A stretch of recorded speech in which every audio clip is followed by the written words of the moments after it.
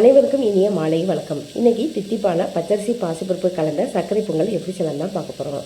அதுக்காக 200 கிராம் டம்ளரில் 3/4 டம்ளர் அளவுக்கு பொங்கல் பச்சரிசியும் 1/4 டம்ளர் அளவுக்கு பாசிப்பருப்பும் எடுத்துகிட்டு இதை ஒரு பாத்திரத்தில் போட்டு இதை நல்லா 2 தடவை கழுவிட்டு முழுகிற அளவுக்கு தண்ணி சேர்த்து அரை மணி நேரம் ஊற வச்சுட்டு இந்த தண்ணியெல்லாம் ஃபில்ட்ரு பண்ணிவிட்டு ஒரு சின்ன குக்கருக்கு இந்த மாதிரி ஷிஃப்ட் பண்ணிட்டேன். இப்போ அதே டம்ளரில் 3 டம்ளர் அளவுக்கு நான் பச்சை தண்ணி சேர்க்குறேன். இதை போட்ட பிறகு இதனுடைய கொஞ்சமாக கல்லுப்பு சேர்த்துட்டு இந்த குக்கருடைய மூடியும் விசிலும் போட்டு அடுப்பை ஆன் பண்ணி ஃபுல்லாக வச்சிடலாம்.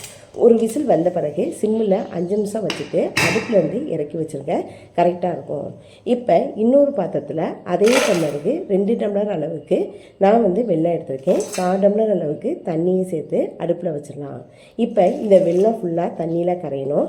இந்த மாதிரி கரைஞ்ச பிறகு இதை ஒரு ஃபில்ட்ரு மூலமாக நம்ம ஃபில்ட்ரு பண்ணிக்கலாம். இப்போ இந்த குக்கருடைய மூடியும் விசிலையும் எடுத்துகிட்டு இதோடையே நம்ம ஏற்கனவே வெள்ளை தண்ணியை எடுத்து வச்சுருக்கோம், அதை ஃபில்ட்ரு மூலமாக ஃபில்ட்ரு பண்ணிக்கலாம். இப்போ இதை ஃபுல்லாக ஃபில்ட்ரு பண்ணியாச்சு. கரண்டி மூலமாக நல்லா கிண்டி விட்டுடுங்க. ஃபஸ்ட்டு தண்ணியாக இருக்க மாதிரி இருக்கும், நல்லா கலந்து இந்த மாதிரி கிண்டி விட்டுடுங்க. நல்லா கலந்து விட்ட பிறகு இதனுடைய வாசத்துக்காக கொஞ்சமாக ஏலக்காய் தூள் அதையும் இதோடையே சேர்த்துக்கலாம்.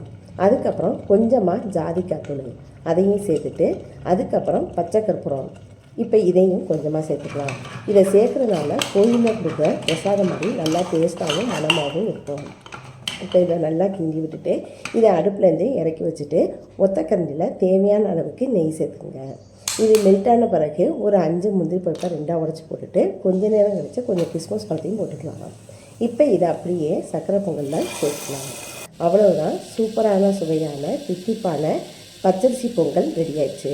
இதை நீங்களும் செஞ்சு பாருங்கள். தேங்க்ஸ் ஃபார் வாட்சிங்.